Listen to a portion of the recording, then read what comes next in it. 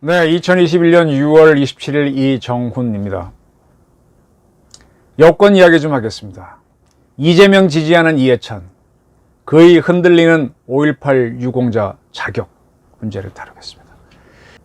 이재명 경기지사를 지지하는 여권의 모임인, 전국 모임이죠. 민주평화광장 공동대표인 조정식 민주당 의원이 이해찬 전 민주당 대표가 이재명 지사를 차기 민주당 대선 주자로 낙점했다라는 걸 공식화했습니다. 그리고 이제 이해찬 대표는 다음번 대선에서 민주평화 진영이 반드시 승리하는 것이 가장 중요하다는 강조를 늘 하고 있다. 그런 점에서 어쨌든 대선 승리를 위해서 승리할 수 있는 인물을 내세워야 된다. 그렇게 얘기했다고 했습니다.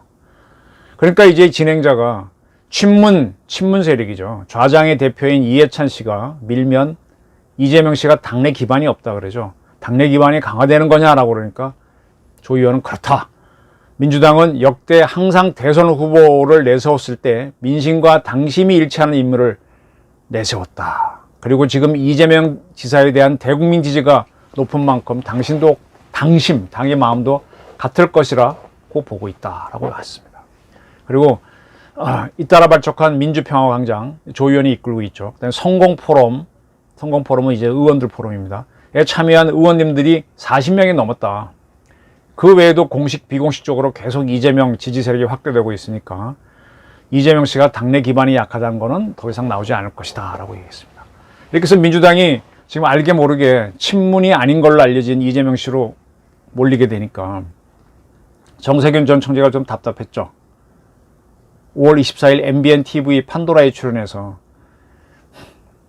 이해찬 대표가 이재명 씨 지지한 거는 와전이라고 들었다. 그분은 누구를 지지하는 거 아니다. 좀 더 지켜보면 알 것이다. 라고 주장했었습니다. 금방 말씀드렸듯이 이재명 지사를 지지하는 민주당의 양대 조직은 이해찬 전 대표가 만들었다고 하는 광장을 이은 조정식 의원이 이끌고 있는 민주평화광장하고 의원 모임인 성공포럼입니다. 그러면 이재명 씨를 옹립하는 거는 큰 변수가 없는 한 민주당에서는 기정사실로 보는 게 옳을 것 같습니다. 그런데 그래서 그런지 지금 이재명 씨가 자신이나 행보를 하고 있습니다. 6월 17일 그는 친노의 적자라고 하는 김경수 경남지사를 만나 원팀을 강조했습니다. 지금 민주당에서는 반 이재명 구도를 만들려고 하는데 그걸 깨고 친문을 끌어안는 모습을 보인 거죠.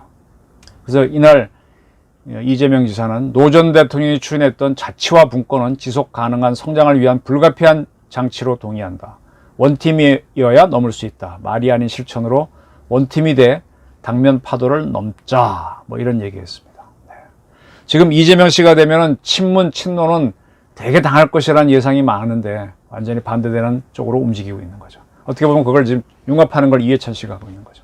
김경수 지사는 이에 호응이라도 하듯 한 라디오와의 인터뷰에서 이렇게 얘기했습니다. 진행자가 여당의 구도가 이재명계와 반 이재명계로 나뉘고 반 이재명계에 친노와 친문이 있다. 그거 아니냐 그랬더니 전혀 동의하지 않는다. 이재명 지사도 친문이다. 큰 틀에서 문재인 정부와 계를 같이 하는 과정에서 경쟁을 하는 것이지 그도 친문이다. 이렇게 얘기했습니다. 좋습니다. 지금 여권의 정치를 볼 때 이해찬 씨의 위상이 굉장히 높습니다. 지난 6월 25일 날 송영길 민주당 대표가 그 경선을 연기하지 않는다는 결정을 내렸는데 그것을 하기 전에 이해찬 씨를 중심으로 한 상임 고민단의 의견을 드렸다고 분명히 밝혔습니다. 민주당의 상임 고문은 10명인데요. 송영길 대표가 접촉했다고 하는 사람은 이해찬, 문희상, 김원기, 임채정, 오충일, 이용득 6명입니다. 그리고 3명은 이낙연, 정세균, 추미애인데 이분들은 본인들이 경선에 나선다고 했기 때문에 제외를 시켰고 이용희 고문은 건강 때문에 의견을 듣지 못했습니다.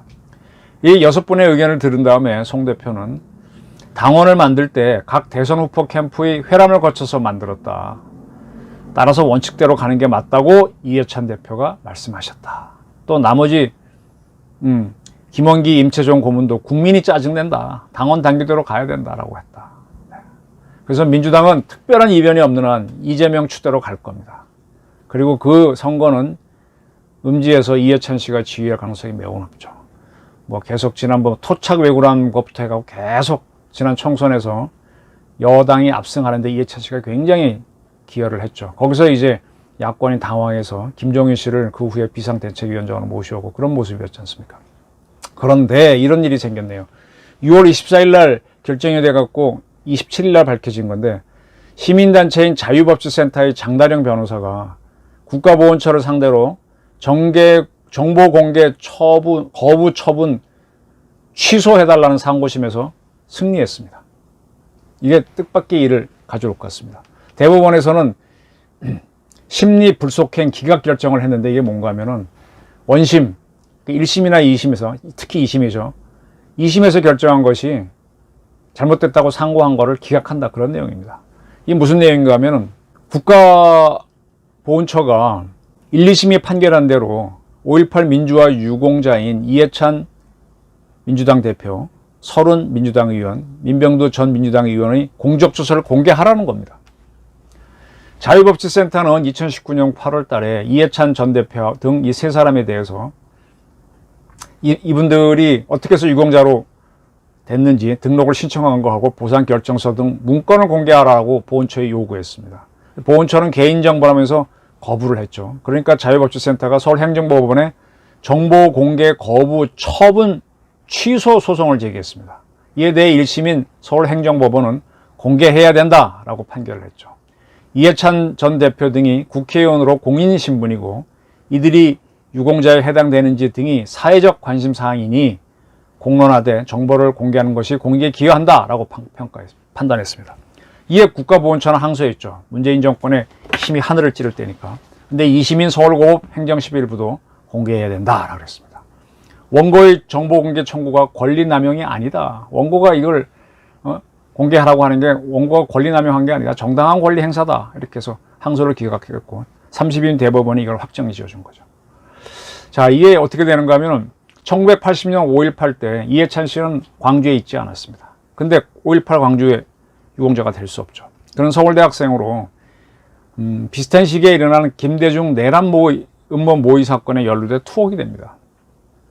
이렇게 투옥된 사람 많아요. 많습니다. 이것으로 그는 5.18 유공자가 됐습니다. 5.18 유공자 중에는 이렇게 5.18과 무관하게 유공자가 된 사람이 많아요. 그래서 이해찬 씨의 유공자 자격이 5.18과 무관하다. 이미 다 알 만큼 알지만 밝혀지면 논란이 일 수 있다는 겁니다. 이것이 연결이 뭐가 되는가 하면 최근 김원웅 광복회장이 코너에 몰리고 있습니다.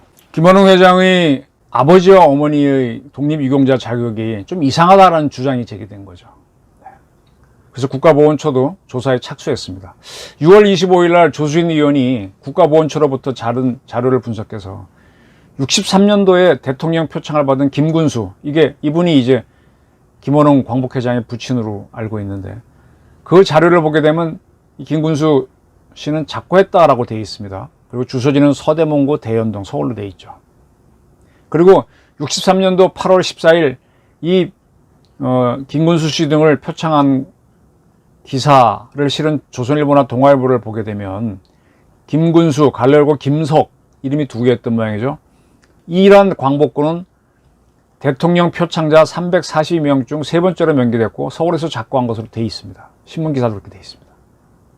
그리고 1945년 12월 15일 광복 직후에 나왔던 조선일보 기사에는 이 김군수 씨를 평남 출신으로 일본군 학병, 징병, 지원병으로 나왔다가 광복군에 편입된 인물 중 한 분으로 기록해 놨습니다.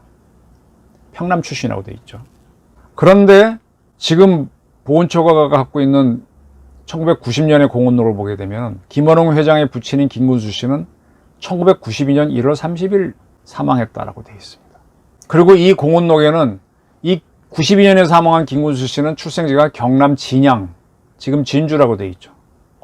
이게 뭡니까? 이상하죠. 근데 김원웅 씨의 모친인 김월선 씨는 김월순 씨와 다른 인물이라는 주장이 또 나왔습니다. 전월선 씨, 전월순 씨, 전월순입니다. 관계 기록을 보게 되면 전월순 씨하고 전월선 씨가 있는데 둘은 자매입니다. 전월순 씨, 순 씨가 2살 더 많습니다. 그렇게 기록되어 있는데 이 중에서 이 김원웅 씨의 어머님은 동생인 전월선 씨입니다. 전월선 씨. 근데 1990년 독립유공자 신청을 할 때 누가 했는지 모르지만 김원웅 씨 가족들이 했겠죠. 전월선, 김원웅 회장의 어머니인 전월선 씨는 전월순, 언니의 이름이죠. 그걸 그 이름으로 광복 활동을 했다고 적어냈습니다. 그것 때문에 김 회장의 어머니가 되는 전월순 씨는 전월순 씨라는 동인인물이 돼서 이제 공국장, 애국장을 받은 걸로 되어 있습니다. 그런데 이제 와서 보니까 둘이 다른 사람이다 이렇게 나오고 있거든요. 근데 아버지도 또 두 사람이다 이렇게 나오고 있으니까 이게 뭐냐? 그럼 김원웅 씨가 광복회장 자격이 될 수 있느냐? 이분이 광복회장하면서 많은 문제를 일으켰지 않습니까? 이런 것들하고 그다음에 이해찬 씨 5.18 유공자 문제하고 얽히게 되면 이재명 씨 대선 가도에 하나의 암초가 되죠. 이게 어떤 영향을 끼칠지 저는 상당히 궁금합니다. 5.18 유공자를 밝히라는 주장은 굉장히 많았거든요. 문재인 정권이 내내 막았는데 법원 판결이 확정이 됐으니까 어떤 영향을 끼칠지. 다시 말하면 이재명 씨가 대통령 되는 것도 쉽지 않은 일이다. 이해찬 씨가 밀어주면 다 되는 것 같지만 한번 지켜봐야 된다. 그걸 좀 말씀드리고 싶습니다. 감사합니다.